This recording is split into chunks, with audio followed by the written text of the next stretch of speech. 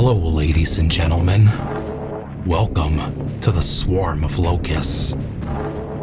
So before we begin, I just wanted to give a quick update on this channel. The fight with YouTube for wrongly being demonetized was settled. I plan on getting back to regular uploads and posting more frequently. I've got quite a few episodes in the works, but for today, I'm going to feature Distant Light on this channel. He's fairly new to the narration scene, but no doubt he has the talent to grow. When I first began my channel, other creators such as Mortis Media and Chills offered to feature me on their channel to help get a jumpstart. So in turn, I want to start giving back to other narrators and begin to feature them on my channel. Distant Light and I would appreciate it if you drop by his channel if you enjoy this episode. As always, stab that like button if you enjoyed. New content from myself will be coming out in the next couple of days. Stay creepy, ladies and gentlemen. I'll catch you on the next one.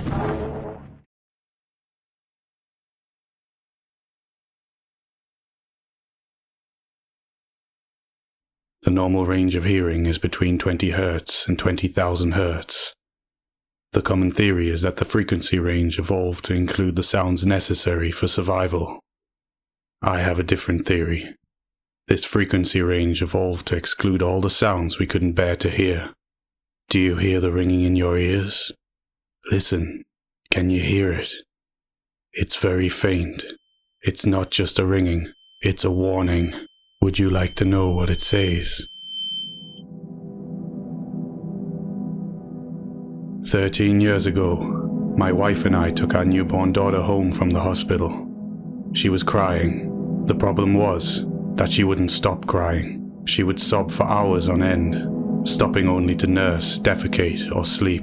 After a week, we drove back to the hospital. Angela and I were afraid that we were going to lose our little girl. The doctors ran every test. Finally, they gave us an answer. Maggie was born with a rare genetic defect that extended her range of hearing from as low as 13 Hz up to nearly 100,000 Hz. Hearing so much noises at such a young age gave her sensory overload. The doctors put her into surgery and gave her cochlear implants to act as noise-cancelling headphones. For a first time in her short life, Maggie heard silence and was silent herself. I cried that day. Maggie was going to be all right, and our family was going to pull through. As Maggie grew, she had several surgeries to gradually expand her audible range. At the age of 6 years old, she had her implants completely removed. My wife drove home from the hospital. I sat in the back seat with Maggie. She looked at me, questioningly. "Daddy, why is the car making that squeaking sound?" "What squeaking sound, honey?" "It's coming from the wheels. I don't think they're happy," she said. We stopped at a mechanic. The brakes were failing.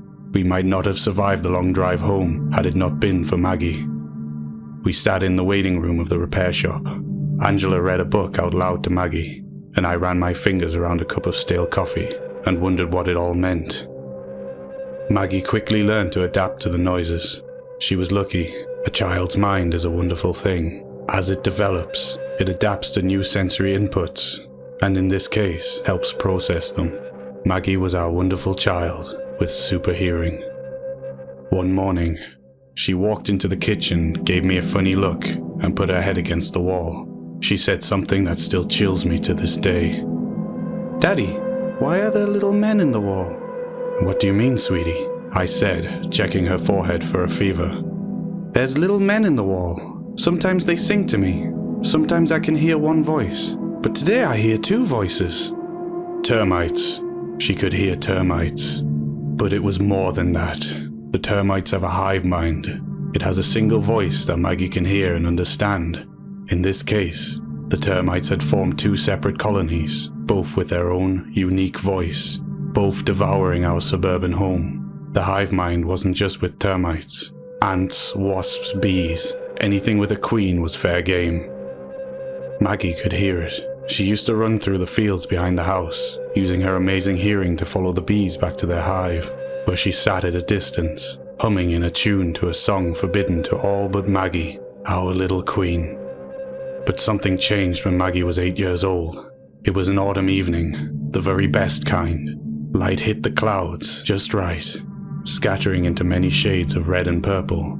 A cool, gentle breeze swept through the fields, and Angela and I sat on the porch, watching our daughter run towards us. I squinted, and chills ran down my spine. I had never seen her like this before. Her eyes were sunk back. She was pale and trembling. I ran to embrace her. "Honey, what's wrong?" "It's the bees, Daddy. They're scared." "Scared of what?" "I don't know," she said, sobbing. "But it's coming for them. Daddy, are the bees going to be okay?" I don't know what she heard, but she was awake and trembling the whole night. In the morning, we ran into the field together. She took me to the hive. The bees were gone. She ran through the field looking for the other bumblebee hive. The bees were there, but my daughter was still afraid. "What's wrong, sweetie? What do the bees say?" "Their song changed." "What are they singing now?" I asked. "Something very old and very sad. They don't want to leave, but it's time for them to go." "Where are they going?" Maggie looked up at me with the same terrified expression. "Wherever it takes them." Maggie stopped running through the fields after that. During that winter, I helped Maggie build her own beehive. I taught her how to use a saw and drill. I taught her safety and patience. It was good for the both of us. The next spring, we installed the hive at the edge of the property, and I bought Maggie a small nucleus of bees. I told her, "These bees will stay in your hive, and they can sing to you every day." She smiled, but it was forlorn and distant. "Thank you, Daddy. These bees are happier, but their song is still sad." "Why is that, sweetie?" "Because they know it will come for them." We didn't discuss the bees much after that. Instead, that summer I took our family to Yellowstone National Park, a cross-continental road trip, the trip of a lifetime. I never had so much fun. It was incredible. As we approached the park, Maggie became agitated. "What's wrong, darling?" Angela asked. "Mama, there's something underground." "What do you mean?" I asked. "There's something buried below us, and it's angry," Maggie said. Angela and I looked at each other, worried for our daughter's health. This was not the first time Maggie talked about something buried in the earth, but this time it was worse. I asked her, "What's it saying, sweetie?" "It's hungry." I chuckled nervously as we entered the park.